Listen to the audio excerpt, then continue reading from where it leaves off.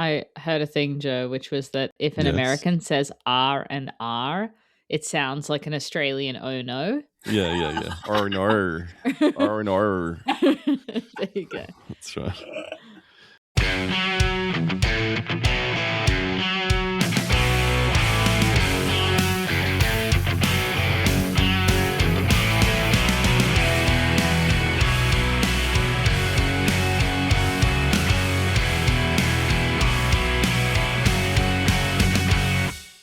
Hello and welcome to episode number 357 of the Board Game Barbecue podcast, brought to you by Advent Games, More Than Meeples, and our beloved Patreons. We are here for our second episode of Oceania Month, and I'm joined by my co-host, the lovely, the stunning Lauren. How are you, Lauren? I'm great. I'm actually really excited for this. We've been so busy just having a chat for 20 minutes that we haven't even started recording the podcast. So I feel like this is going to be a great one. Yeah, there were some pretty interesting things revealed in the preamble before the podcast, which won't be revealed. Too bad. It's just for me and Lauren to know. And also for our guests to know, two indie game designers from Australia. We are joined by Keith D. Franks III. Hello. And hello, Keith, and welcome. And Jonathan Calleja. Hello. Hello, welcome to you both. We're very happy to have you. We first met you guys through PlayCon, I think, and through demoing at Designer Alley. And ever since then, you've kind of been staples at the Board Game Barbecue Days and at, I guess, the two PlayCons that we've run. So we're very happy to have you. Whereabouts in the country are you guys? Just so you know so people know where you're situated. I'm from Victoria. So in Victoria, we have a fairly large group of game designers. Yeah. We're lucky enough to have a game group called Incubator Melbourne, which people can go to. It used to be monthly, and now it's every fortnight, Wow. which is really exciting. So there's lots of opportunities to test your games and rub shoulders with other designers, which is fantastic. Yeah, calm down, Mr. President. I'm unfortunately Sydney-based, and there's a lot of rivalry between Melbourne and Sydney. And while Melbourne is a much nicer place to live, I love my horrible, grumpy city. I noticed that you didn't say anything about the design community in Sydney, unlike Jonathan. Well, so I too have an incubator type day. We have Tabletop Tuesday, which is unfortunately only once a month. And we have a large community of people that do kind of help organize it and put it together. And it's still a struggle to try and make it happen once a month as it is. But we get a pretty good turnout and we're pretty happy with how it's going. And it's nice to, I'm sure John feels the same way. It's nice to be able to come and hang out and see the cool stuff that people are working on, and then maybe slide a prototype across the table somewhere in the middle and get a chance to test out some stuff. Yeah, great. Okay.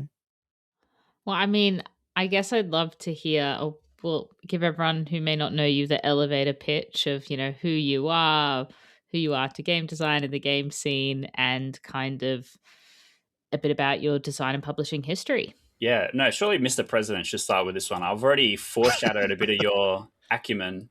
Okay, cool.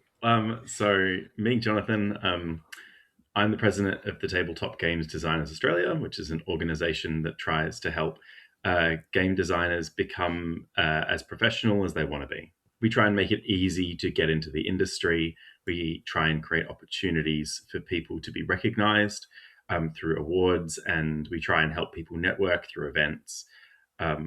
We basically facilitate some active Discord and Facebook community spaces, and we try and advocate on behalf of the industry to other organizations, whether it be events or like PAX, for example.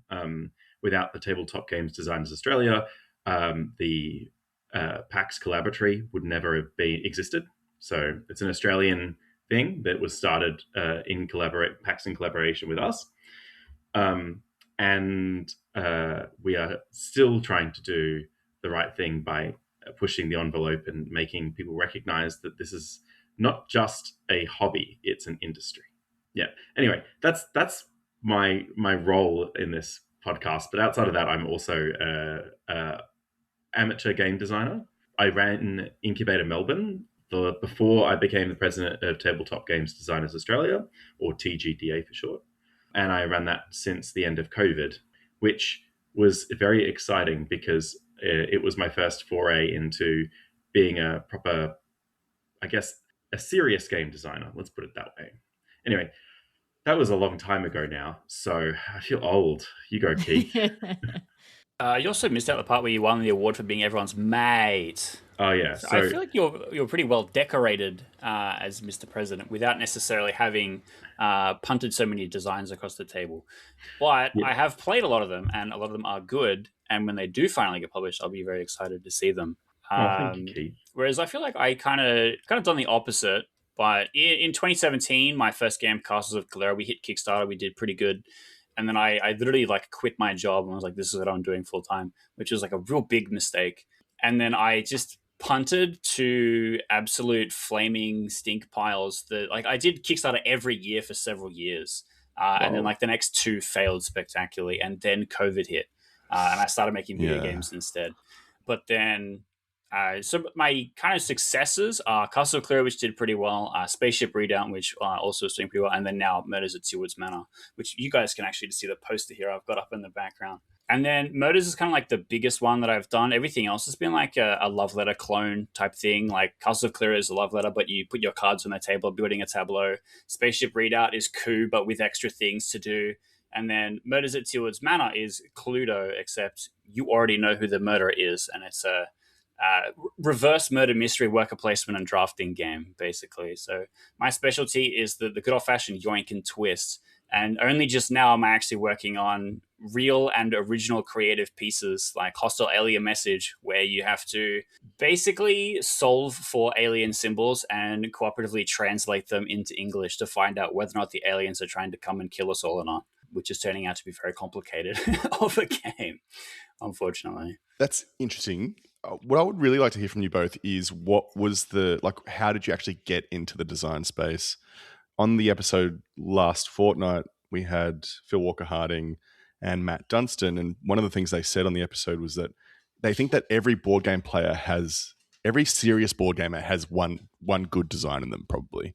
And so I'm always interested to know what the transition process is, or that push or impetus to push you from board game player to board game designer. The spider bite, so to say. That's it. Yeah, the spider bite. For me, sometimes it's like you'll see with the designer the game that they played that made them want to make a game. Stephen Medway is a really obvious example where obviously he played Werewolf and then made Blood on the Clock Tower, where it's like, this is a game that comes and solves a problem.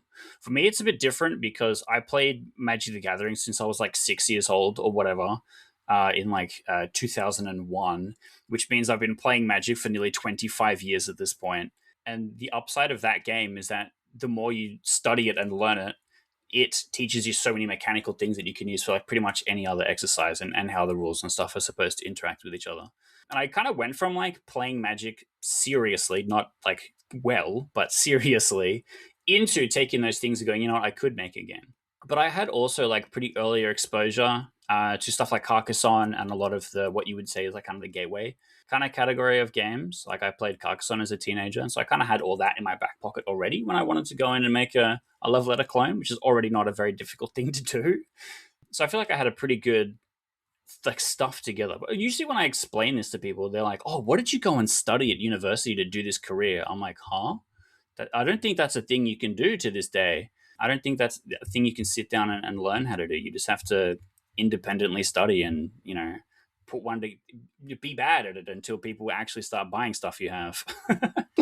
Well, depending on the game, continue to be bad at it and people That's will buy right. it anyway. Yeah. So it's interesting you say that, because you're kind of talking about, Keith, having a game that you play and you see a mechanism and you think that's the thing that I want to replicate, kind of famously with Werewolf. But I wondered, do you think it's always the case that people start designing games because they see a game they want to iterate upon, as opposed to an experience where you play a game and you think, gosh, this is great, I just want to do this? Not anything to do with this particular game. It depends. Like a lot of it is you encounter blank and then you go, man, I wish it had this, or I wish it could be fixed with this, or I just really love this mechanic. And through building something with it, it's the same approach to mastery in the thing. Like a lot of people that play a lot of Magic the Gathering will want to go and learn how all the different cards, or play lots of different decks, or lots of different formats to see lots of different things interacting, because they're looking at the unexplored space. And this is kind of the same. A lot of my early design history was I went and made lots of different social deduction type games. And Spirits of Carter Mansion, my biggest bomb, was a game specifically designed to solve the complaints that people have about the genre. So you could have a fully cooperative victory with everyone on the good team, but you had to convince everyone that they wanted to join the good team and win together. So all it takes is for one evil person to go, no, no, no, no, I'm not doing that. I can still think I win on my own. That now you can't have a cooperative victory. You had to convince people to do what you actually wanted to do. And so looking at stuff like that and go, I want to solve this problem, or people have this complaint that I want to solve, but then that doesn't prove to necessarily be a good game design because the game was a huge flop. I still feel like I solved those problems, and that made me happy about how the game played, but that did not necessarily make a game with a wide appeal. I think what's maybe better is to understand what your specialty is. Like, what's the Jonathan game? What's the game that no one else could make, but only Jonathan could make, and make that thing? Because if someone else can make the game that you're making, then they will, and your special thing doesn't matter. Well, it just sounded like Keith summoned me by mentioning me multiple times. He did. But I feel like the tropes that I see in how people get into designing a game is they play a game and they're inspired by that game, but they want to tweak something about it. A really good example is in card games, you often can't control what comes off the top of the deck. And so people will explore ways to do that. Like there was a game I saw where the whole point of the game was to cut the deck at exactly the right point. And that's just taking a very basic mechanism that you have in a lot of card games and applying it and trying to make a game out of it. So there's being inspired by a mechanic.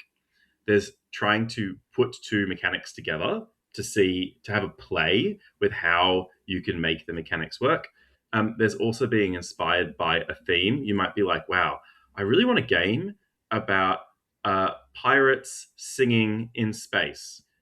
I don't know. Maybe I'm just picked like anyway. That sometimes people will be like, that sounds like a crazy idea. Well, how could I turn that into a game? May I play that game? That sounds great. Yeah, hell yeah, that sounds awesome. And then I think finally you can get people who try and look for a problem and look to create a game to try to solve it, which segues into where I tried to become a serious game designer. The very first game that I brought to Incubator was an attempt at trying to help nerds become better at basically making relationships. My very first game that I took to Incubator was called Romanta Nova. I thought I was doing a graphic design degree with a minor in marketing. And I thought, what is a product that I might be able to market to people who didn't feel so confident, that also like getting into nerdy games that could help them understand some of the useful tools at talking to people. Unfortunately, I learned a really, really good lesson here, which is that if you're going to do a game about relationships, you need to make sure you do your due diligence when it comes to social research. So my game was essentially you have a character and you're trying to match make it with someone else's character on the table. But because I grew up in a conservative or semi-conservative household, I originally just made it so the male characters have to try and find a female character. And I think I got 20 or 30 minutes way through explaining the game in the very first Incubator. And I had some people say, actually, this just doesn't represent my values. I'm not going to play it. And I mean, there are a number of other things, like it was quite confusing. I said it would take for about an hour and a half, but we don't have to play the whole thing, those sorts of things.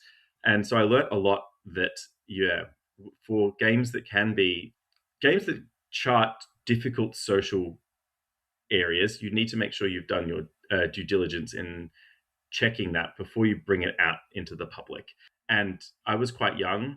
I mean, I guess I was in the middle of uni and I hadn't really explored all of the different types of relationships that you can have in the world. And so me trying to base it on American high school stereotypes, thinking that would be a great way to be relatable, just did not hit the mark. Yeah, John and I hadn't kissed yet, so he hadn't really had that character development he needed to solve this problem. Well, technically, we haven't kissed, but if this thing gets 100,000 listens, I will kiss Keith. Outstanding. I can tell you there's no chance of that happening, so you're safe, Jonathan. Well, you're safe. Who knows? There's some very determined people in the board game industry. Numbers come up, big good. That's right. That's right. So I feel like there's so many things that you touched on there that I find so interesting. I guess to your last point, the amount of vulnerability and humility that it takes to put something that you've so lovingly created out into the community is something that I would kind of have to imagine is a barrier for a lot of people. Like, how do you feel like how do you feel like the community in Australia kind of helps break down that? Because that's something that I think that there are a lot of people, I mean, you speak to kind of social connection and assisting with social kind of relationships within those communities. I have to imagine there's a whole bunch of people out there sitting on ideas and just not willing to try. Yeah, I would say that's largely true. But at the point at which you've gone to a playtesting group of other designers to show off your game, there's a certain level of like you're prepared for it to not do so well. And if you're not prepared for it to not do so well, there's a good chance that someone there will recognize that you're new and you're beginning, and they'll be like, okay, just letting you know that sometimes stuff that feels uncomfortable is really good feedback.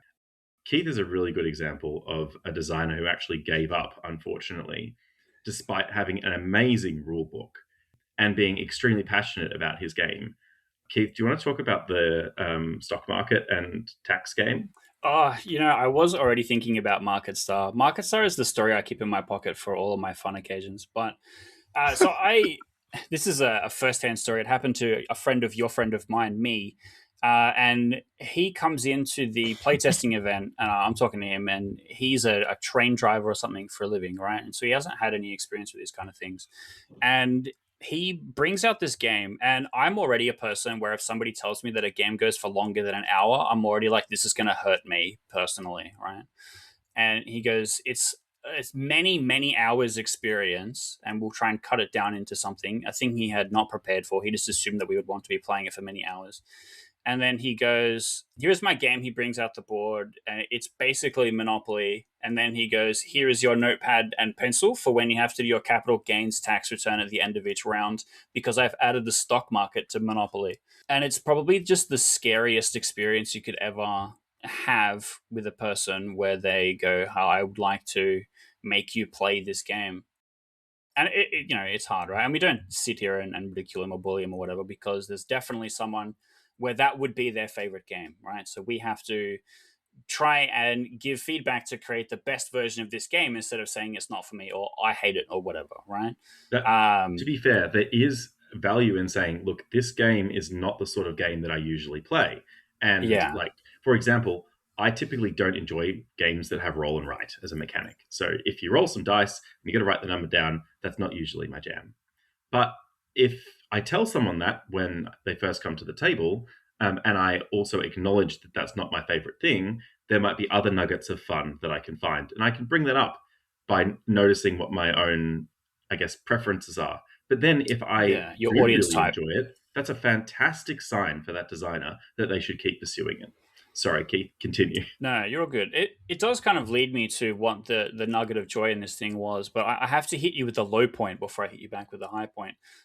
Because he ran into a couple of things, and he was already so confident in it that he had bought stock basically of the prototype to try and sell to people at a convention, and it didn't go very well.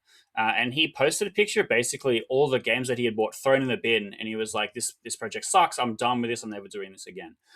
And the thing that I told him when I first saw it is that this game had the single best written rulebook I've ever seen in my life. The layout and the graphic design and everything was perfect, the way that it was written. And this is like possibly the most complicated game I've ever seen ever, right? It read really well. Everything was really clear and put together and stuff like that, right? And I said to him, I'm like, look, whether or not people like the game, you could make a living just helping people make their rulebook look like this. I don't know that he is, taking that advice and got on to do that. But sometimes you'll make a game and it will suck. And Lord knows I do this weekly. But then when you go and play it, it teaches you something. You go, this thing sucked, but a person liked this thing that was really good. So maybe I'm good at making this one thing and I should, specialize and focus on that. Or actually my skill lies in this other thing, and I got bogged down in trying to copy something else that I thought, it was better served with, or the theme would work better for this or whatever. It's very much a continually fail until you actually find something that's kind of hitting. I mean, that's kind of how Murders at Seaward's Manor came about. I made the thing originally. The theme was like really different, but like kind of played very similar. And I made it pre-COVID, and I got my parents to play the prototype and stuff like that. And then like way after COVID, they're like, "Why aren't you working on this project? This was like the coolest thing that you had. Why aren't you doing that?" And I'm like, you know what? Maybe I should work on that. Maybe that was actually a banger. And then it just did actually, turn out very good. And sometimes you need that external thing of the coming to the playtest night and they go, "This part is really good," or "I recognize your skill is really good at this thing," or people will show up and you can just kind of tell that they have just only played it with their friends who are yes men or whatever, and they're not really there to get like really hard critical feedback, and that can hurt sometimes. Hell, I've run playtests for people where I'm hurting before getting through the rules explanation, and that hurts. Like that one really sucks.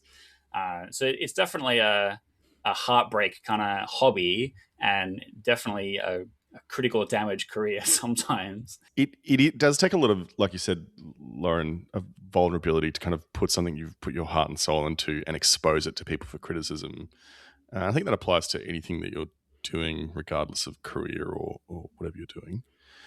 I think this is a good kind of segue to, if people are listening and they have a design on the shelf at home and they've never come to an incubator, what would be advice you would give them? What would you say to make sure the game is ready, that they're ready? You're both quite experienced in the kind of design process, even though you're quote unquote, as you said, amateur board game designers. But yeah, what's some advice for someone who's going to go to an incubator for the first time? I have two really good pieces of advice. The first advice is make sure you play the game yourself before you bring it to other professionals. And I know that sounds like it's pretty obvious, but if you are like just really excited and you've made your first prototype and it looks good, and you've printed your files out, you've cut everything up, and you're just so excited, that is the moment where you are going to see all of your errors. And you don't want to put that in front of someone else and waste their time when there's errors that you can fix. So always play your own game, arguably multiple times, before bringing it to an event with other people. Now, once you become a better designer and you've done it multiple times, then you may have a bit of an instinct to know, yeah, this is ready. But you're not going to get that instinct until you've played your game multiple times. And the second big thing is, it's okay if people don't like your game. Lee, who is the current person who runs Incubator, he brought in a game called Tenfold Towns. And the playtest was generally terrible because the mechanism that he was trying to get better at designing was limiting people's choice. And the changes he had made were specifically designed to make it so that you had maximum 2 choices a turn. So it was either one choice, which is none, really, or you've got a choice between 2 things. It's like whether or not people can look at all the information in front of them and come up with that they only have 2 choices, and then be able to make that easily. And he found that his changes to limit choice definitely limited choice. And that unfortunately meant that it felt like you were watching a movie unfold. And unfortunately, quite a boring movie in this particular playtest. But that was what he was aiming for. And so he felt good that he was like, okay, so my changes have turned this, what was an unwieldy game with too many choices, into something that is now quite simple to play.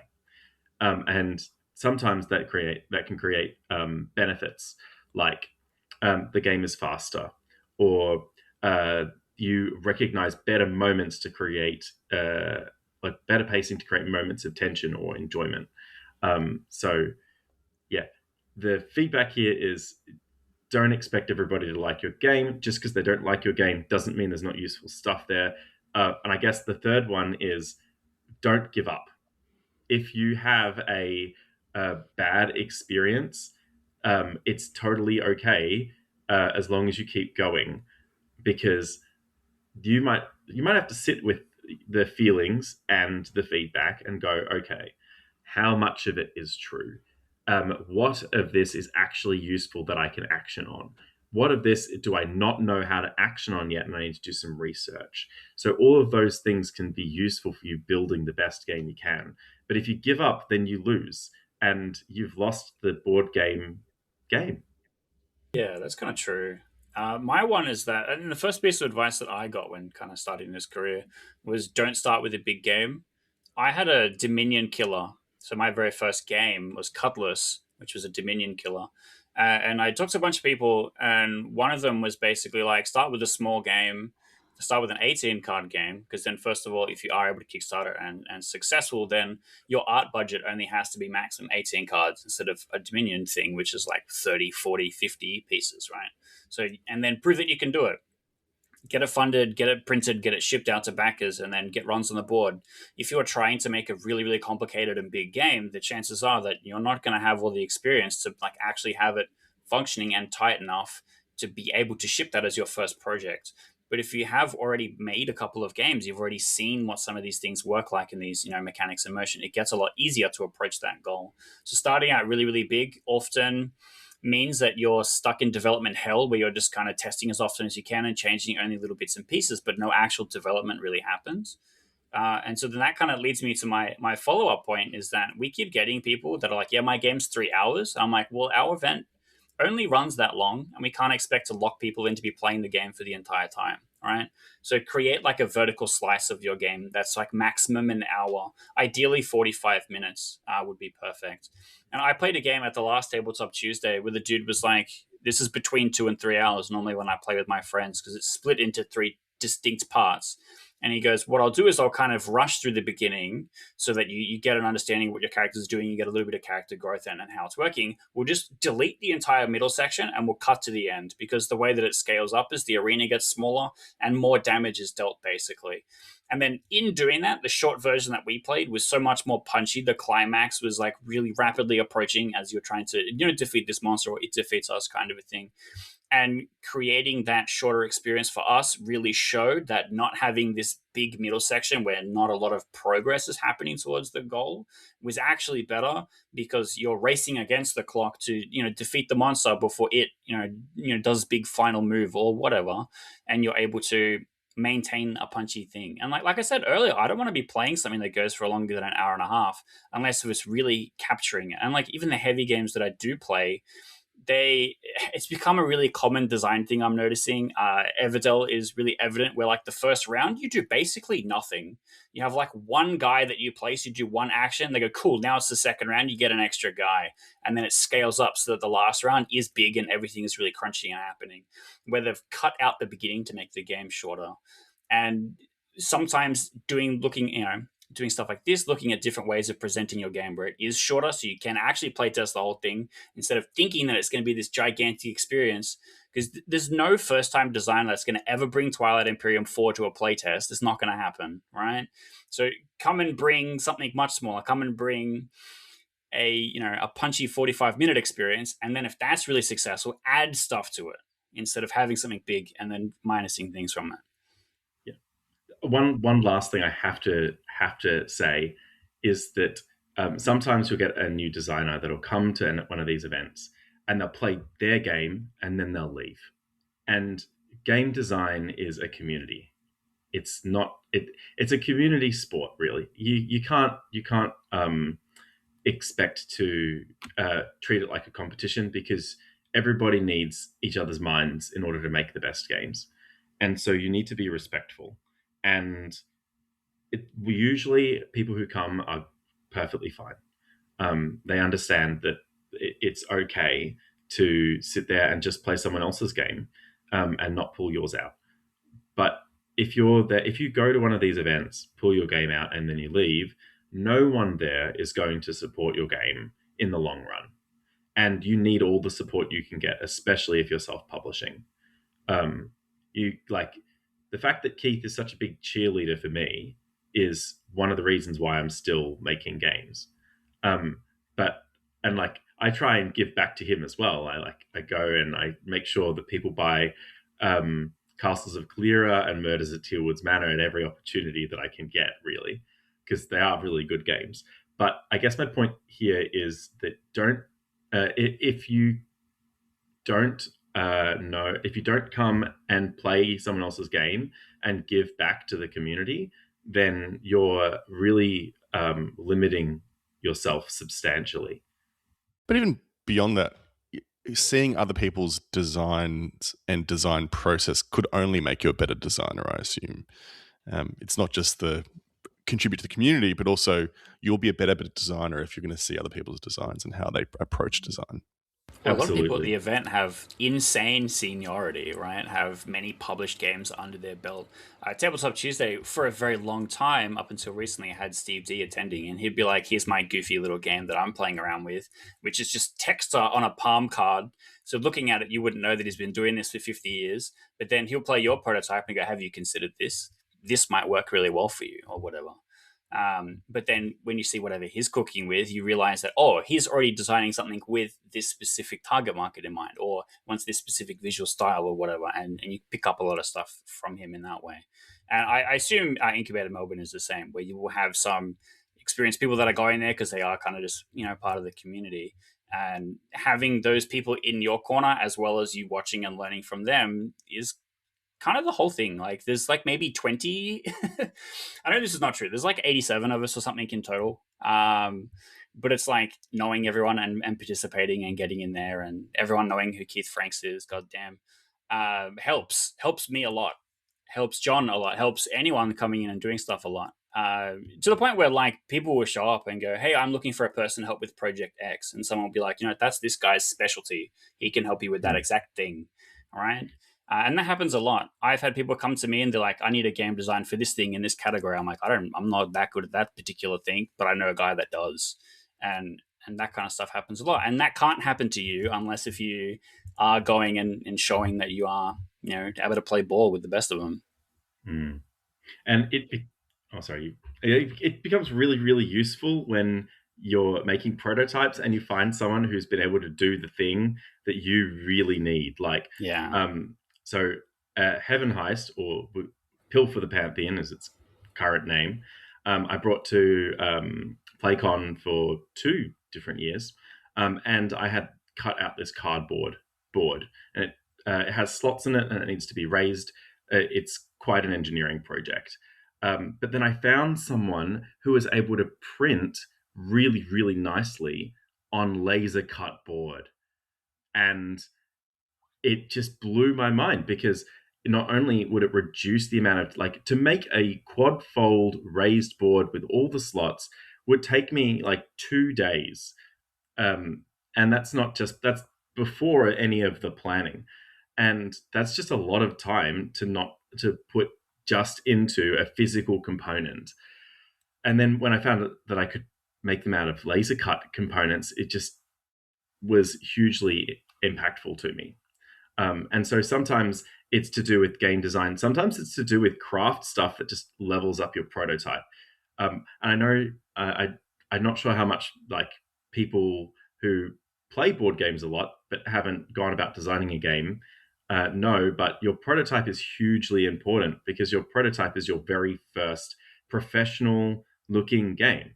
Or at least you're going to try and make it as look professional as possible. And if you can have a really nicely designed and effective prototype, that increases the chance that people are going to want to play it, because it's going to look much closer to a finished product. And then they're going to be like, okay, this game looks like it's had some thought into it. I'm expecting a good experience.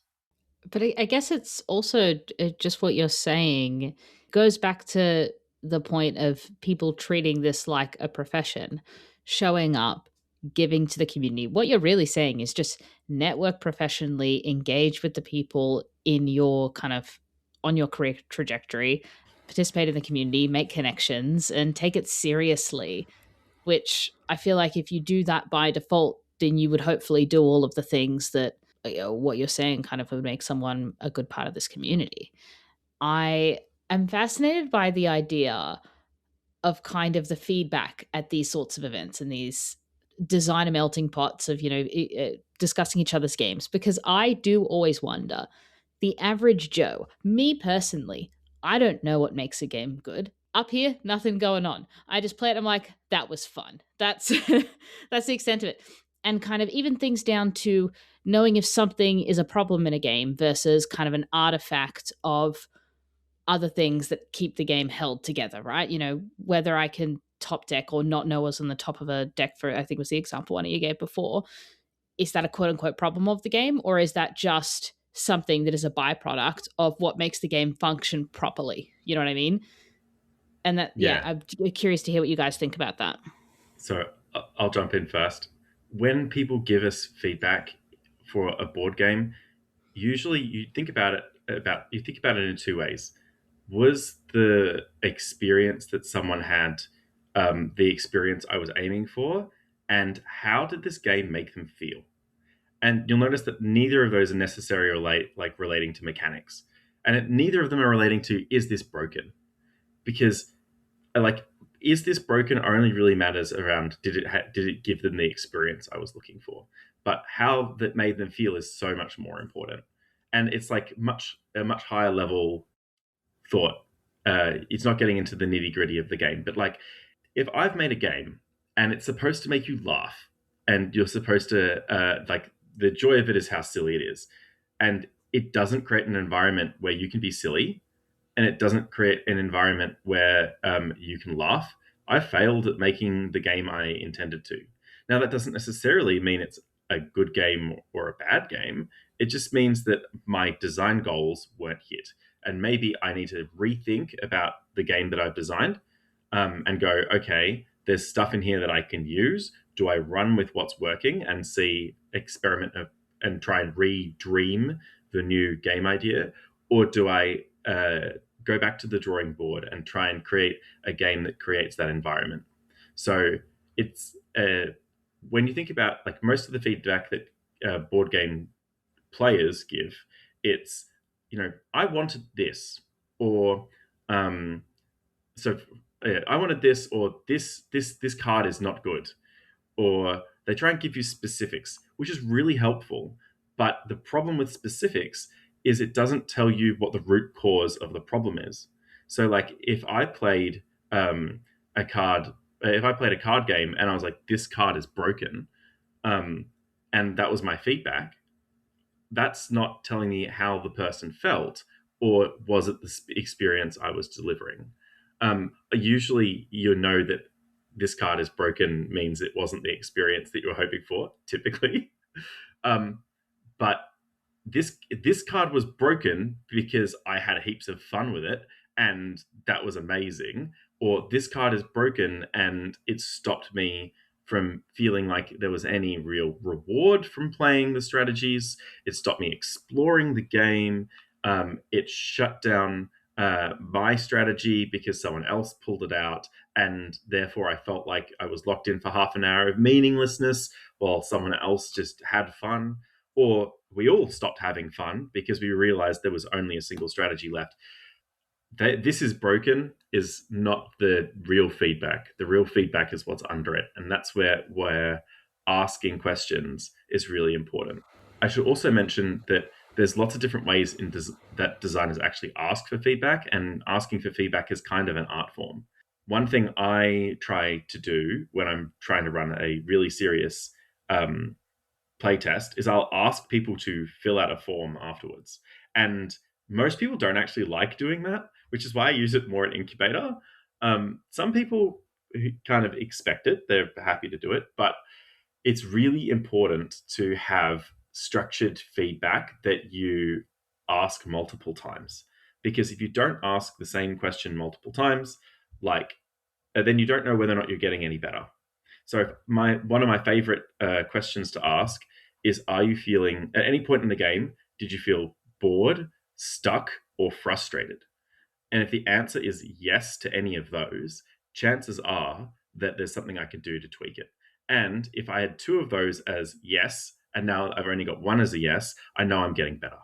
And so by asking that question over and over again, I can enhance the product that I make. I can make an actionable change to it. It's not just stick my finger up in the air and go, oh, that feels about right. It's almost as if you're a person that favors data analytics, perhaps. I was gonna say the same thing. My day job. They read you to filth. I did want to Tricky. add something to that. Please. Where in my experience, non-board game designers, players, regardless of whatever they said to you, communicate their emotional experience with the game. This is like really obvious when you see games like Magic the Gathering. Like, this card made me really angry, but that's not the words that they used, right? Or it's like, my plan was disrupted or whatever, but this was the thing that did it. And they're really good at identifying tension points in a game and stuff that makes them frustrated.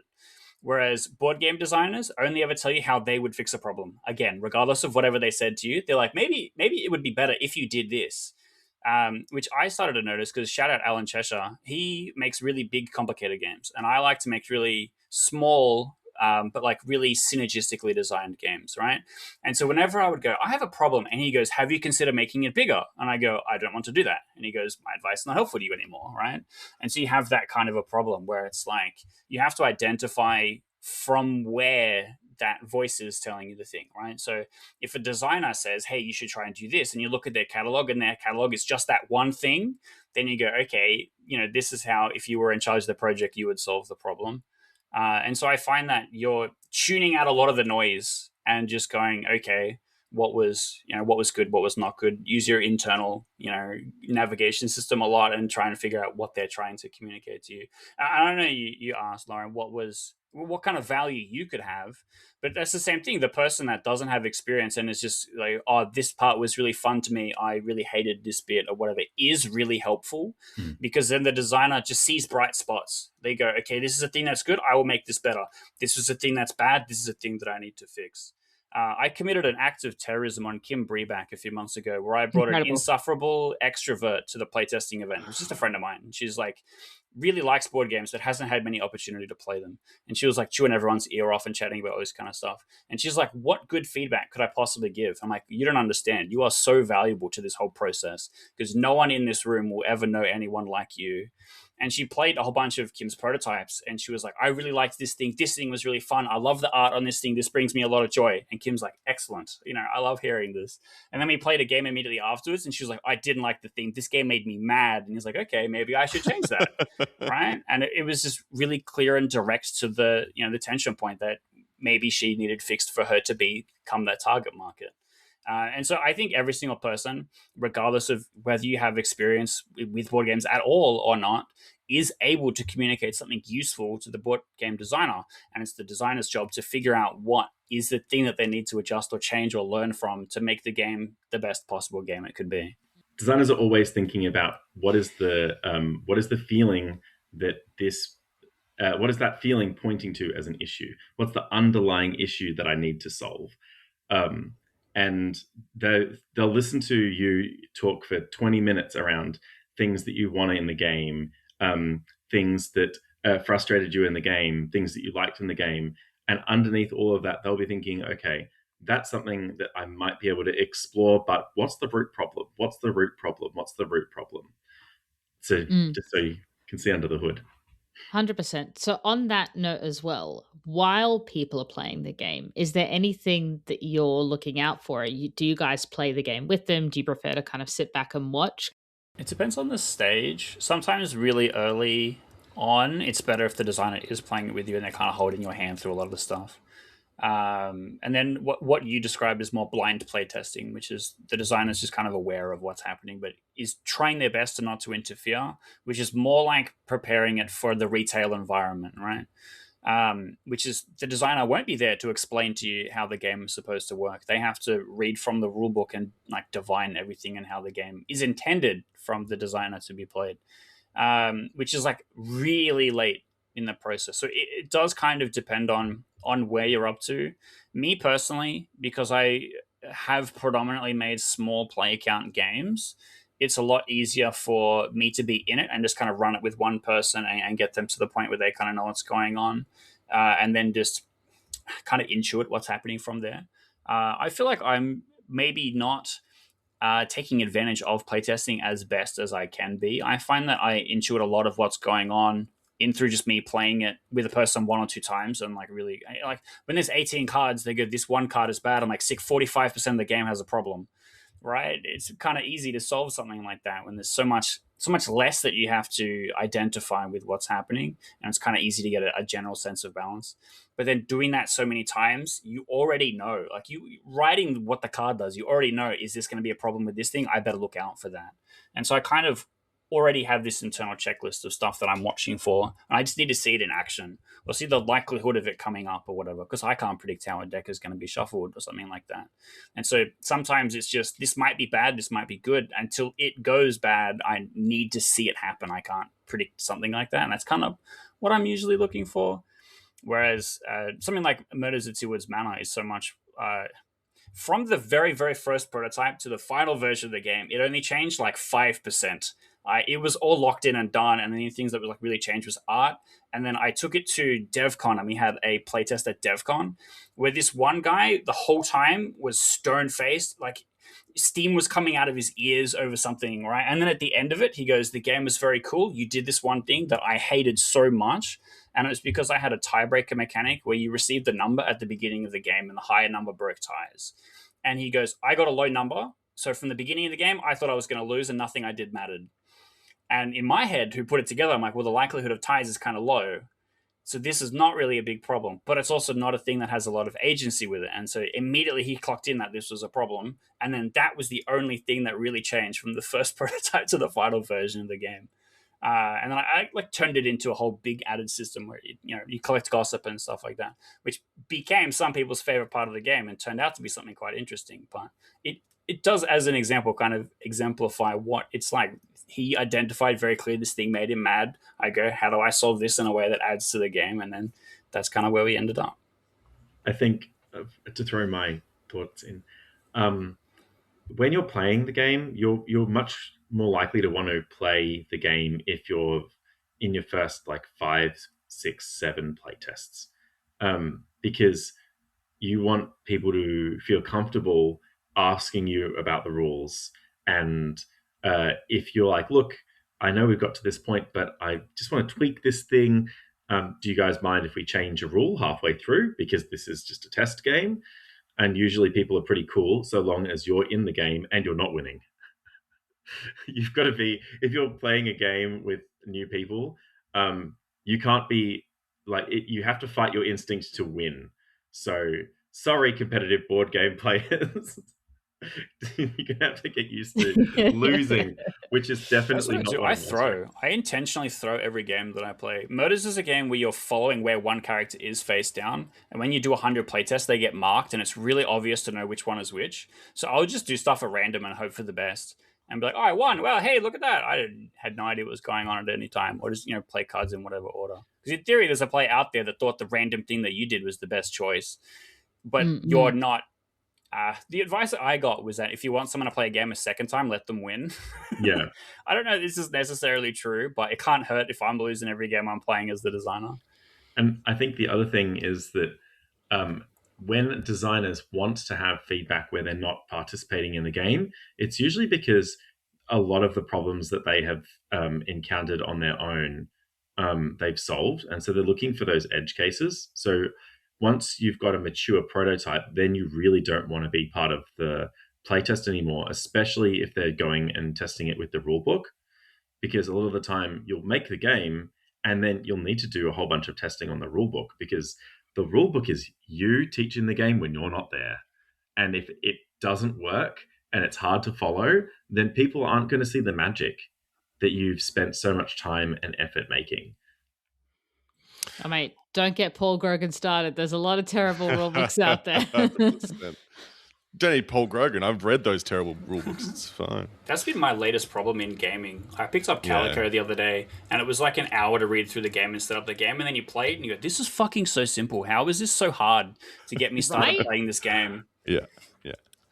All right, well, thanks for that. That was a very interesting chat. Hopefully that's given some insight into the local kind of design community in Australia. Before we move on and talk about some games that we've been playing, I'll give you guys the platform to talk about up-and-coming projects, plug your games that you've published. How can people find you? How can people find your games? Okay, so I'm going to jump in here and talk about the TGDA. So if you go to Tabletop Games Designers Australia on Google, or you type in tgda.org.au. You can find our website. But where all the real magic happens is our Facebook and Discord group. So if you've never made a game before, visit the website and check out one of our groups. Alternatively, look for us at conventions near you.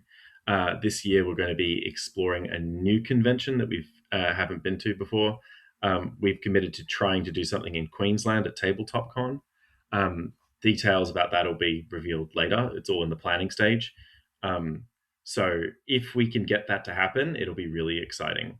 But the wealth of information in our Facebook group is just massive.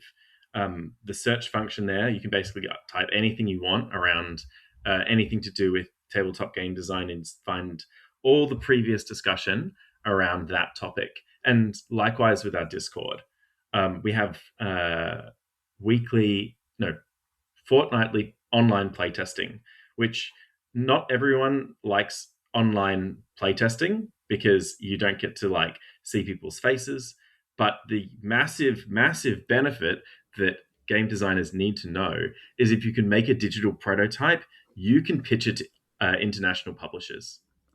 And so your tabletop simulator, your screen top, tabletop playground, Tabletopia, any of those tools, if you can get them together and get your game onto one of those platforms and you can play test it at the TGDA fortnightly playtesting through the Discord, you will be so much closer to being able to take that game and get it, pitch it to someone who can actually publish it. So yeah, please come along. And even if you haven't played games before and you just want to see, you haven't made games before and you want to see what is out there across Australia, come join, because it's a really vibrant and fun community. Keith, how can people find you? You've published games. How can they buy your games? Published games. Look, if I'm very fortunate, I've been selected to be in the Designer Alley at PlayCon this year. We haven't heard back yet as time of recording, but I have a good feeling that the thing I've picked is going to be there. In which case, you'll see me. I'm 6'5". You will be able to pick me out of a crowd at PlayCon very easily. And as for actually purchasing the games that I make, I partner with the Quest suppliers, which usually have a booth at most conventions. You can find them most prominently at PAX with a big old nice space there, and they do a lot of supporting of Australian indie games, including a game that Jonathan has worked on and many of mine. Is the best place to find a lot of that stuff, I guess. Yeah. And we'll also have any links to any websites and any socials, anything like that. We'll pop them in the show notes as well for anyone who wants to check out their stuff. If you want to buy the latest games, there's no better place than Advent Games. They have a huge selection of games with heaps of different categories like light and fun, Euro heavyweights, or hard to find games to help you find the best fit for your game night. On top of being a great bloke and an avid gamer himself, Dean provides excellent customer service, is very responsive to questions or inquiries, and offers flat rate shipping across Australia. So to grab your games, head to adventgames.com.au. That's adventgames.com.au. Okay, let's talk games. So, I'll go first. So, I recently got to play Formaggio, which is the follow-up game to Fromage. And just say the name again, just for me. Formaggio. Formaggio. Formaggio. There you go. Isn't that a baseballer or a voice actor or something? DiMaggio. Yeah. So I got to play Formaggio. It was really fun. I don't know. Have you guys played or heard of Fromage or haven't heard of it? Formaggio? No. Okay. So if our listeners are also listening and haven't heard of these games, so the conceit of these games is that there's a board, and the gimmick is that the board is on a lazy Susan. So the board is constantly rotating around and around and around as you're playing the game. And the board is made up of 4 quadrants, and each quadrant essentially has a mini game that you're playing to score points, and it has its own point scoring mechanic. So in Formaggio, for example, the 4 mini games are like an area control, area majority kind of quadrant. There's a quadrant that's all about trying to make rows and columns and maximizing points by rows and columns of that you're claiming on the quadrant. Now I'm trying to remember what the other two were. And then there's additional point scoring mechanics around the different types of cheeses that you're making. The theme of the game is that you're making cheese. And so in Formaggio, you're making Italian cheeses. In Fromage, you're making different French cheeses as well. The thing that's really interesting about this game, so it's a worker placement type game where you're placing workers on the board. You get 2 actions on a turn. You can make cheese on the quadrant where you're playing the little mini game, or you can gather resources and you use your workers to do those 2 things, and you have 3 workers. The thing that's really interesting about the game is that when you're making cheese, for example, the more powerful cheeses you're making, or the more valuable cheeses you're making, and there's like bronze, silver, and gold cheeses, the longer it takes your worker to come back around to you. And so the mechanic for reclaiming workers in the game is all of the workers are on top of a cheese wedge. And so it's got a point. And so the mechanic in the game for reclaiming workers is when the board rotates and any workers that are pointing towards you, you then reclaim the workers. And so when you're doing a cheese action where you're making a gold cheese, for example, on the quadrant in front of you, the gold cheeses are always pointing to the right, because that way it means it takes 3 turns for the worker to come back around to you. The actual mini games themselves are very simple, and so there's not a lot of thinking around, it's not really crunchy in terms of the actual mini game itself that's in front of you. Where the crunch comes into it is around planning ahead for, I know this quadrant's coming up in a couple of turns. I want to make sure I have this worker available for it. And so you're planning in terms of where can I spend my worker and how, and how can I maximize the points that way. It's very colorful. It's very vibrant. The design's really beautiful. It has a really, both Fromage and Formaggio has it feels very Italian or very French in its kind of rusticness as well. And I highly recommend it. I really enjoyed my play of Formaggio. When I played Fromage, I really liked that as well. And yeah, it was just really good fun. Apparently, you can combine the boards, and so you can have some quadrants from Fromage and some quadrants from Formaggio to kind of change up the different combinations of the different things that you're doing as well. So that's Formaggio. That sounds really cool. Can we just talk about the variability of the games that Ben Rossiter has designed? So he was the guy that did The Search for Planet X, The Search for Lost Species. He did Between Two Cities. He's done Fromage/Formaggio. Can't say it as well as Joe. The breadth of design style that I feel like is exhibited in those games is crazy.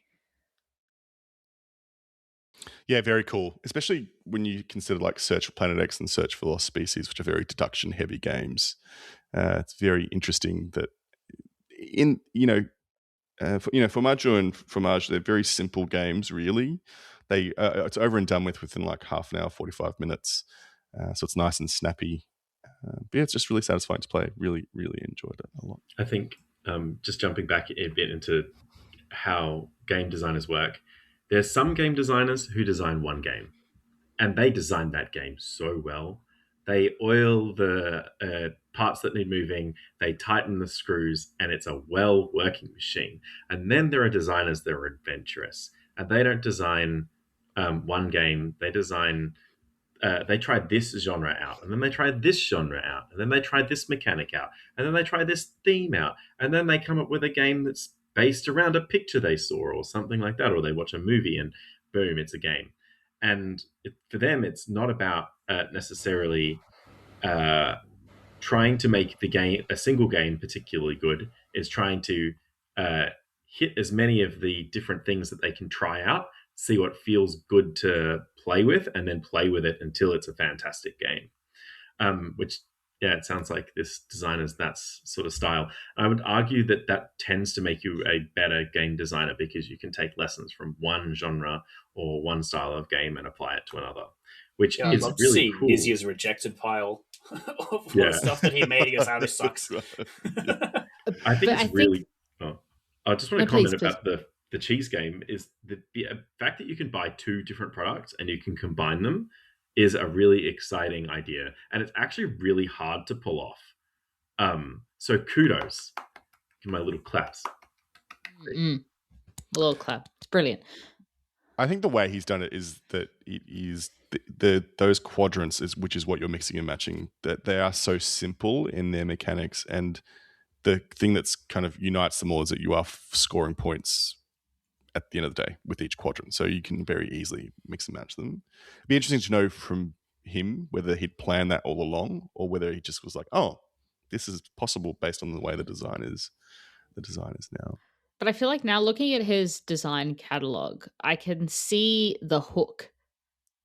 It's so transparent, kind of, what was the idea, perhaps, that kind of was the launching pad for each game, between two cities. What if you had to cooperate with the person next to you? Fromaggio, what if a Lazy Susan was a board game? But even with the Search for Planet X, you can see that because there's the rotating view of the sun in the Search for Planet X that 100%. dictates what quadrants you can search to find the planet for your deduction searches at any given time. And then you can see how that kind of spinning mechanism was then turned into Fromage and Fromaggio. It's fascinating to think about it kind of from that design lens. I think if you're a board game player and you've never investigated if you find your favorite game, investigate what other stuff the designer has made. It's a really good way to find another game you'll really like. That's very true. Well, that was Formaggio, so that's designed by Ben Rossett and published by Road to Infamy Games. Jonathan, Keith, what have you guys been playing? Anything that's been tickling your pickle? I've got a whole holy trinity of games lately. I've been playing the Sandara Tang trinity, which is Critter Kitchen, Flamecraft, and Tea Witches, all illustrated by the same illustrator. All very similar in style and play. And Critter Kitchen is made by my goat, Peter C. Hayward, who I got to meet for the first time at last PlayCon. And I basically got to make fun of him to his face, which he greatly appreciated, because one of his games holds up my computer monitor. And he was like, "Yes, this is exactly what I wanted to know about that game. Thank you." And he also made Things in Rings, right? And then he came and made Critter Kitchen, which is a co-design with one of the guys that he works with a lot. And it's basically about cooking, but you're collecting ingredients and sequestering them for when you're going to use for a particular dish. Because there's not like challenges, but like a specific critic is going to come and check, and you go, well, for the critic, I know that he likes this thing, I want to have this ingredient for it, or whatever. There's like specific requirements for the particular ingredients that you want, and you're collecting stuff and then divvying it up for when you're going to kind of deliver it like that. And it has the mechanic that I like, which is that I have 3 guys. One of them will always go first, one of them will always go last, but the one that goes last does the heavy lifting, which is really elegant, and you can kind of guess what the other player's priorities are and try and match up against them, which I really do like how that works. And again, gorgeously illustrated. It's the middle of the 3 games. I found that Flamecraft was the lighter one of the 3. It's got a really nice way where you're kind of building out a town by adding inhabitants to different shops, and you see all the dragons kind of come out and fill all the different things, and you feel like it's coming to life as you're building it and stuff like that. And you're increasing how much resources a location makes for every player. So you're adding value for everyone to potentially come and get, which makes it for like a really interesting way that it builds up towards the end, where you're getting things much faster as it gets towards the end, as you're racing towards that kind of completion. Whereas Tea Witches is like very, very heavy. I think a good comparison is a bit more like Everdell, where it starts off really slow. Your first couple of turns don't do a lot, and then it really does pick up. And the main part of it that I really like, and this is normally in a category of heavy that I wouldn't normally touch. I prefer lighter stuff. I'd rather play a light game 10 times than a really, Twilight Imperium 4. It's copying a lot of flack today. But your serving customers and you're creating loyal customers, and the loyal customers come back every round, and you have to keep them happy. And if you don't keep them happy, they leave and you lose the points that they would score at the end of the game. So you're kind of always pushing your luck in how much you can juggle at once, which I really, really like. But I think the most elegant part about it is, for me in particular, I can see the future when I'm playing this game, and I know exactly what all my turns in advance need to be. And my third eye opens, and I go, cool, I'm going to put my guy here, which is going to do this, which is going to give me this thing. Put my tea in the generator. I have 2 extra teas. I'm going to come over here and buy this, and get this tea celebrity to come over here and take an Instagram picture of my cafe. It all works together so nicely that I enter the matrix while I'm playing this game. That's what I was going to say. You said when your third eye opens, I always call it entering the matrix, or being able to see the matrix. Yeah, you see the code for the first time. Yeah, exactly. Yeah. I haven't. So out of those 3 games, I haven't played Tea Witches. I've played Flamecraft and Critter Kitchen. To me, they kind of exemplify that kind of cozy game vibe, or at least the vibe from Tea Witches and the aesthetic. Critter Kitchen, I still would say, is a relatively cozy game.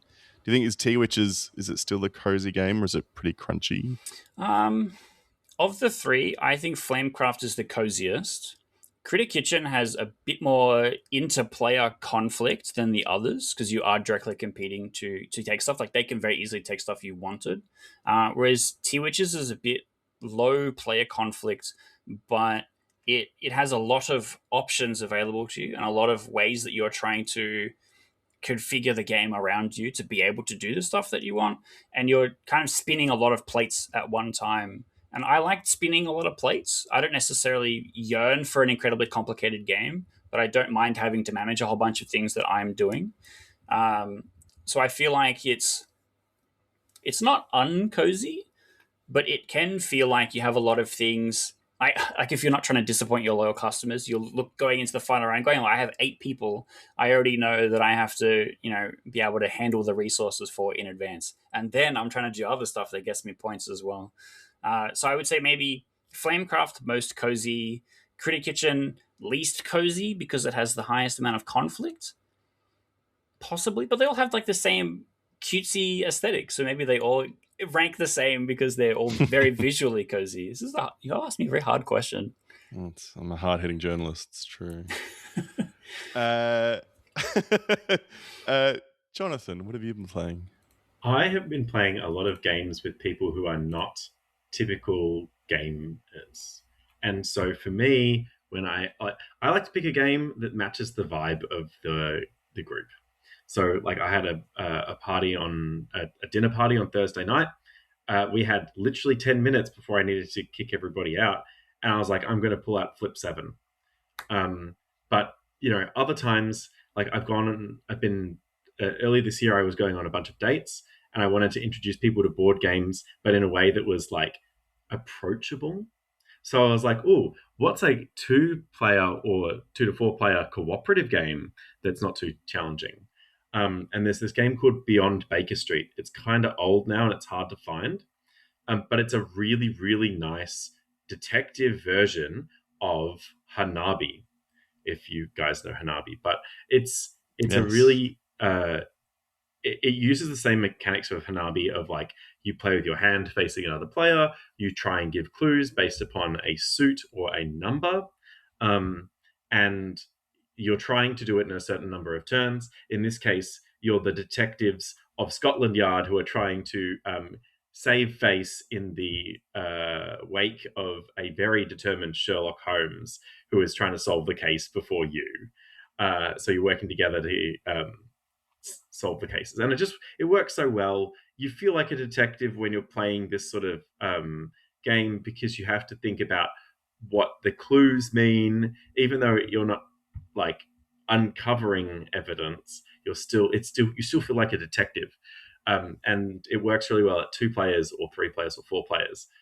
So that's one game I've really been enjoying, and the other one I really want to I've really been enjoying is Sugar by Delta Phase Games. It's the one with the fruit dinosaur on the cover.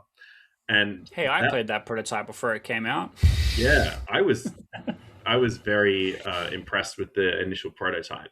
And I like this game because it takes maximum 40 minutes to play, and that's if people are gas bagging halfway through the game. The you can't just pick the same strategy every time, because the way other people play change what you've got to do. And it's a game where timing and reading other players is everything. And it's got cute dinosaurs that like eating fruit. So you can get the kids to play and they'll have a good time. So there's this guy called Sean who runs a board game night every Sunday at his house. And it's one of my favorite board game groups to just go and play at, because not only can you go there and play games, but he will buy a bunch of vegetables from the market. He'll make dinner with it, and then he'll sell you the remainder of the vegetables at the end of the game. And please buy Sean's vegetables. Yeah, so you can have a fantastic night playing board games. You can get a feed, and then you can get your weekly groceries all in one outing. It's the best. Oh, that's my God, very interesting. I think Sean's vegetables are overshadowing the better question that Jonathan asked, which is, what is the game that you bring on a first date with someone? And the fact that we've already mentioned Love Letter in this episode and completely skipped over it for that, I think is a crime. But the one that I really like for this is Viking Seesaw, because it's small enough to fit on a cafe table, and it's fun enough that a person that hates board games will enjoy it. It's very good. We've been talking about my dating journey on the podcast, so I've been taking notes about these games that are Viking Seesaw. good for dates. I had to get mine from Japan. I couldn't even get it local. It was a pain. Yeah, it's great. It's a great game. I love that game. I'm married now, so I can make my husband endure like a 3-hour game of Civolution. I'm like, Viking Seesaw, what of it? You are locked in, baby. I want to get there. I want to whip out the Civolution on the first date. Hell yeah. Anyway, that's the two games I've been enjoying. Yeah, cool. And Sugar is an Eris design, is that right? That's right. Yeah. So local Eris, homie. Yeah. So Eris and Josh if I can't say this, I'll edit it out, but Eris and Josh are going to be at PlayCon as well. They're going to have an exhibitor booth, so you can, if you want to try Sugar, I'm sure they'll be, demoing it to people there, which is really cool. Perfect. And they have cute stickers too, which you can buy. Yeah. So if you like the dinosaurs, you can put one on a lunchbox or something. Who doesn't love a dinosaur? We're all neurodivergent here. I thought you were going to say who doesn't love a lunchbox. Well, Lauren, any games you want to quickly highlight? Or do you want to move on? Let me turn to my shelves that everyone's looking at and judging. Give me a moment. I was impressed. This is people who can't see this, Lauren has 4 shelves. She has 3 vertical shelves, right? No, yeah. Flystar. And then I'll have you know that these are from Bunnings Warehouse. Oh, okay, never mind. Not those filthy Callexes. But she's got 3 vertical shelves, and the 4th shelf is stacked on top of her shelves, which is and they're all impressive. full. Yeah, they're all full. You missed out the important part, whether this real estate is an issue over there. Actually. Yeah, these are the ugly ones. We put the pretty ones out in the kind of living area, and then really ugly ones are in the cupboard here. The ones I have in the living area full of Twilight Mikus, Imperium is in that cupboard. If we're going to crap over Twilight Imperium more, it's in the ugly cupboard at the top. Hell yeah. I did get to play Push, which I don't know if any of you have ever played. Push. It's right there. This is a great for an auditory medium. Is me pointing at the game in the background. It is a push your luck card game, which is quite interesting. I think that Flip 7 eclipsed it, so I'm not recommending that people go out and source this very difficult to find card game, because it is really hard to find. But it's a very funny push your luck game. It's very funny. You are because you have different colored cards and a dice with each of the colors on, one of the sides. But one of the funny things about the game is that you can kind of get cards of a color wiped if you kind of roll a dice at a particular time. So it's kind of constantly pushing your luck without spending your turn banking and securing those cards. Because if you keep them out there, you can kind of bank more, get more. But at the same time, you could bust, or you could roll a dice of that card color and then it gets wiped. What is even funnier, though, is kind of that you can force someone else to roll the dice. But even better is anything in the push your luck games, which is the absolute best, is when the odds of someone busting are so low, but they bust anyway. And I think that is the thing that push has the most, which I love, which is that I've only got reds. I've just gone ham on reds. There's no shot that I roll this 1 in 6 to clear all my reds that I'm banking on. But like, of course I roll it, and James doesn't when he's got, every color. So I think that it peppers in a lot of those little moments. I've only played it at 2 because, got no mates in Roma, but I do think that it would work well at a higher play count. It is a bit faffy to teach. I'm not even going to bother with the rules because I'm just talking about the vibes of the game, which is what are kind of the most important. But I've just buy Flip 7 instead is my take home for it, but I've still had a lot of fun trying it nevertheless. Push. It will probably would work well at a pub, work well in large player counts. There's a bit of math involved. It's a good time. So that's push. That's probably the only thing of note that I feel like I've not. Everything else that I've been playing recently are things that have been talked about ad nauseum on the podcast. But yeah. Lovely. Thank you. Well, let's push on to some announcements and news.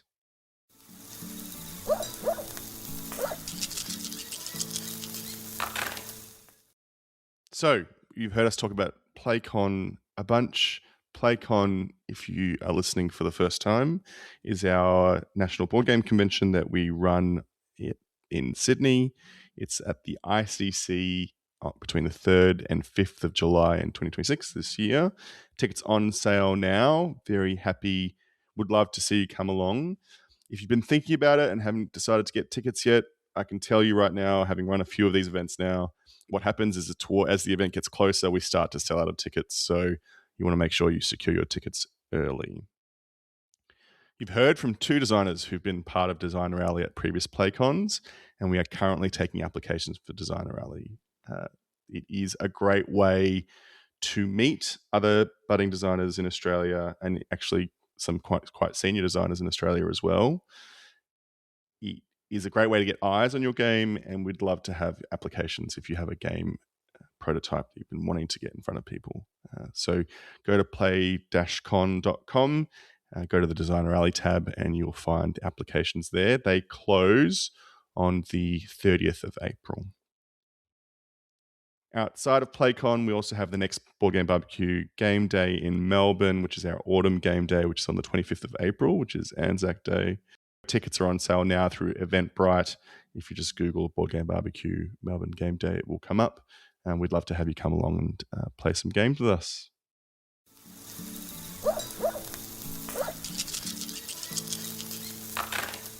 Okay, question of the pod. So from last episode, the question of the pod is, what's the best game or game mechanism you've seen on TV or in movies? Yeah, so we had Guppy Jones that says the water clock in the second Hunger Games affecting how different sectors in the bush beyond the beach operate / are triggered. Very good. Excellent. Good stuff. 10 out of 10 answer, no notes. Cobus J. Van Wyck says a recent example of hidden information and secret objectives within a semi-co-op setup has been the Beast games. The most intense movie mechanism is probably the bus not going below a certain speed. Craig Summerton says one versus many in the Aliens movies. It's a great answer. It's a great answer. Stuart Skeen says, I like the one where they get the competitors completely plastered and to get them to behave in the most entertaining of ways. Does that count as a game mechanism? Oh my God. The last one laughing, is that what it's called? The one where they make the comedians all laugh? I know that's probably not what he was talking about, but that's brilliant. Brilliant. Oh. And Joseph Wiltshire says, I split you choose Princess Bride with Vizini. I don't know. I've never seen any of these movies. You know, Joe, I've never seen any movies. I've never seen Princess Bride either. I know. That's everyone's reaction. Everyone's reaction. What? Oh, man. The Princess Bride is amazing. I assume they're talking about the do I put the poison in front of me or do I put the poison in front of you scene. Yeah. Got it. Not only that, there's been like 3 board games that are all made with the Princess Bride IP. Probably more. But it's if you like board games is totally worth checking out because there's so much gold in that movie, and it's super quotable. Super quotable. Anyway, sorry. Yeah. Isn't that the My Name is Inigo Montoya? You've Yeah. heard Yeah, that. yeah, Yeah. See, I know enough about movies to be able to quote them and understand Simpsons references, but not having seen the actual movies. For sure. Joe, do you want to read the Discord answers? I will. So from Discord, we have Big Nose, who said that Darren Aronofsky's weird debut movie Pi features a savant mathematician who plays Go frequently with his mentor, played by the wonderful Mark Margolis. Margolis? I'd already read about Go and how it was favoured by a lot of mathematicians and scientists, but this movie made it look pretty cool, so I got heavily into it for the next decade. And then Ian O'Toole said Battle Royale, without a doubt, it's the genesis point for one of the most popular video game formats ever, as well as being one of the best movies ever. Other than that, lots of shonen anime feature contests with elaborate game or puzzle elements such as My Hero Academia or Hunter x Hunter. My personal favourite. I knew Ian was a man of taste to say that Hunter x Hunter is one of his personal favourite animes. Goat, for sure. For sure. Shout out to Ian. Sure. Yeah, shout out to Ian. Actually, good thought to kind of mine shonen animes for game mechanics. It's very interesting. I recently saw an RPG that was entirely designed around sports-based shonen animes. Yes. And it's looked so good. I have to look up the name of it. Yes, I've got a copy of it to review, which I haven't had a chance to review it yet to actually get it played, but I would love to talk about it on the pod if I can get it played for sure. Okay, new question on the pod. Yeah, hit us. What game have you played where the look of it was drastically different than how it actually played? Hell yeah. Because that's design related. Yeah, which game catfished you? Yeah. Which game catfished you? So true. Run that by me again. So what game have you played where the look of it was drastically different than the actual play? Photosynthesis. It's this game about trees growing, but actually it's about trees killing each other. Yeah, true. Or Boop as well, the game with little kittens and Boop, cats. which looks like it's for 9-year-olds, but you have to enter the ninth dimension just to know what you're doing. Yeah, what's the opposite of a shout out where I can curse Scott Brady for life for hooking me with hues and cues and then cursing me to death with Boop? That's a great question, Pod. Thank you. It never works the other way, though, right? It's always a cutesy game that is cutthroat. It's never something that looks like it's going to be absolutely savage or heavy or weighty, and then it's just a super chill, breezy time. That would be sick. You get Catfish, and it's actually a co-op game. It's like dudes wielding chainsaws and huge machine guns that are bald and have scars on them, but it's actually like a co-op. Yeah, it's a game where we tell each other our deepest feelings and adoration for each other. It's funny because usually if you get a game that looks complicated and it ends up being super simple, sometimes there's that like buyer's remorse. Disappointing. Yeah, it's disappointing. So if that happened to you, that'd be a great thing to tell us. Well, it's just like, how do you want to be catfished? Do you want to show up and your date is surprisingly hot? Yeah, you do. That's what you want, right? That's a good point. I feel like the ones that came to mind were probably the ones that look cutesy but are cutthroat or very kind of heady and cerebral. Ones that come to mind for sure is Bites is really quite cutthroat if you want to play it that way. And it's literally these kind of gorgeous, pieces of picnic food and ants just kind of plodding along, but you can really stuff people over. And then the other one that I was going to say was number 9, which is, I mean, what did I think I was going to get into? But it's just it's literally just numbered tiles. And then I'm sitting there agonizing about where I'm going to place just some silly little tiles. Those are probably the two that I kind of didn't quite, it gave me a bit more of kind of that kind of experience than perhaps what I was expecting. I do have a question though. What do you prefer?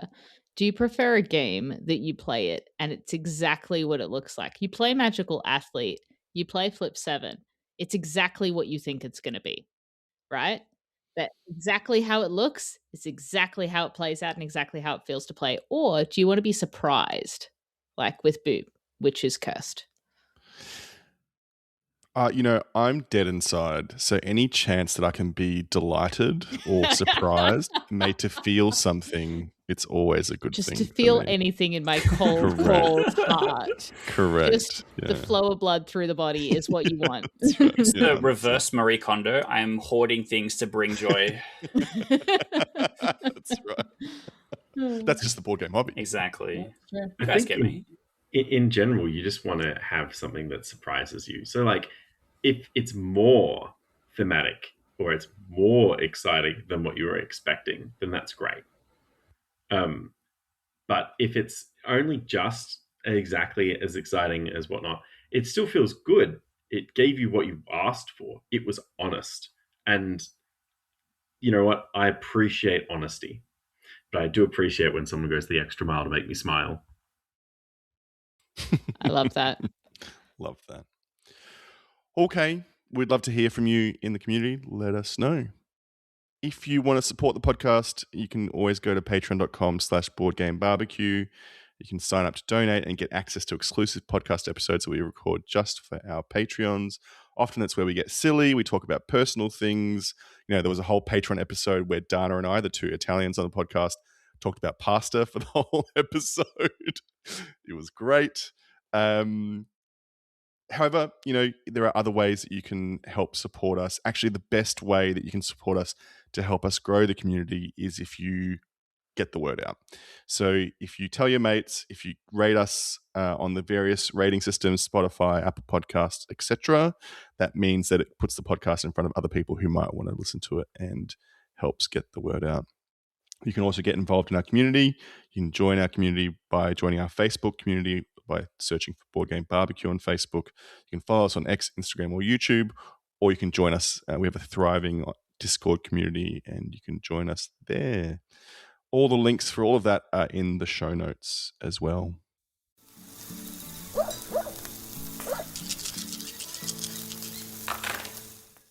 All right, on to our last segment, Fired Up. This is our segment where we end on a positive note.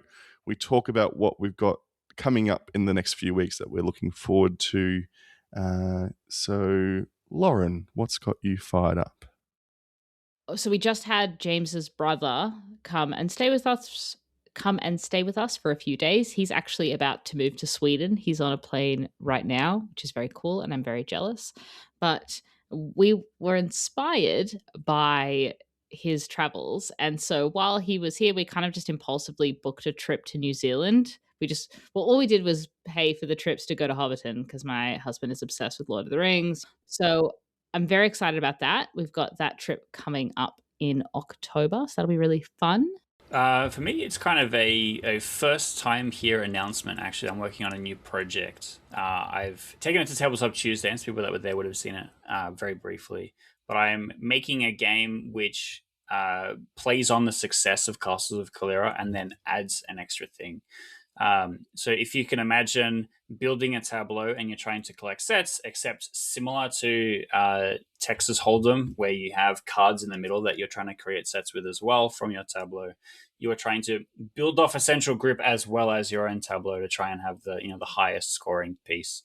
I'm really deep in development on this one. I'm really excited about it. I've picked out a fantastic character artist.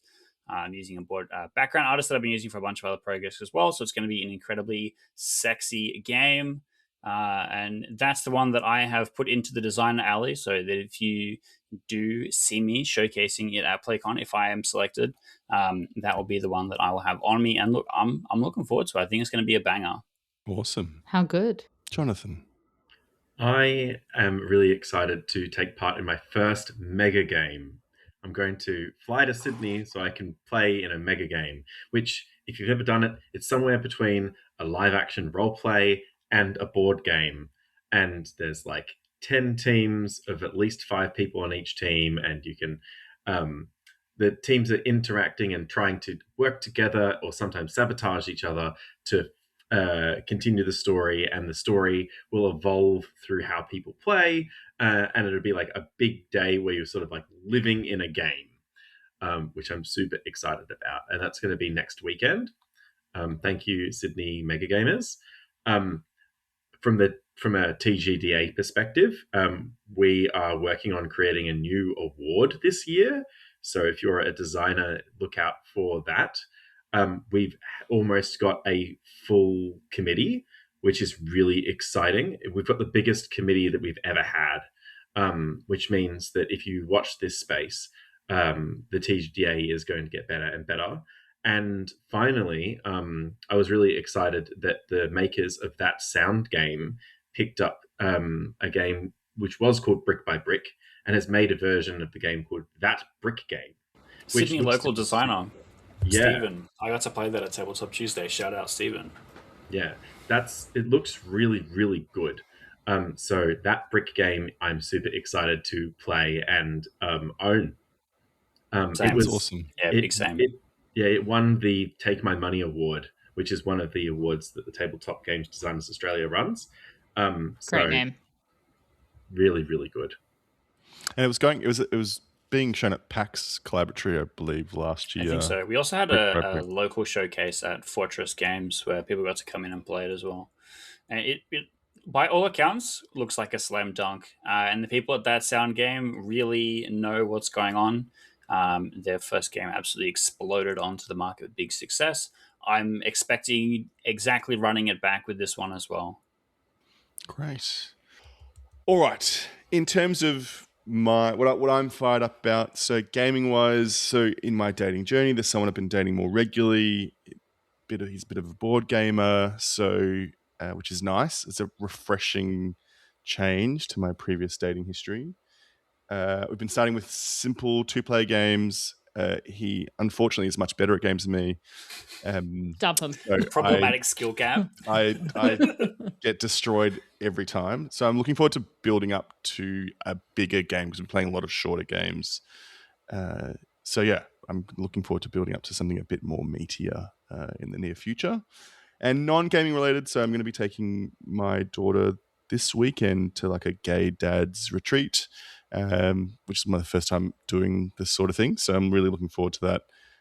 It's going to be really getting me out of my comfort zone. Don't like talking to strangers, but I'm doing it for her. So hopefully it's a positive experience. Yes, that is lovely. And that brings us to the end of the podcast. Keith, Jonathan, thank you so much for being with us and taking part and telling us about your insights in the local gaming scene. Very much appreciate it. Anytime. Thank you for having us. It was a hoot. I feel like I could have just talked for ages. When we had to stop the interview, I was so bummed. I was like, but I just want to keep talking. Yeah. And Loza, thank you so much. Always lovely to see you and talk to you. As always, well. love. Thank you for listening. Look at the show notes if you want to see any of the links for the stuff that we've talked about. And otherwise, we'll see you on the next episode. Bye. Bye. Bye.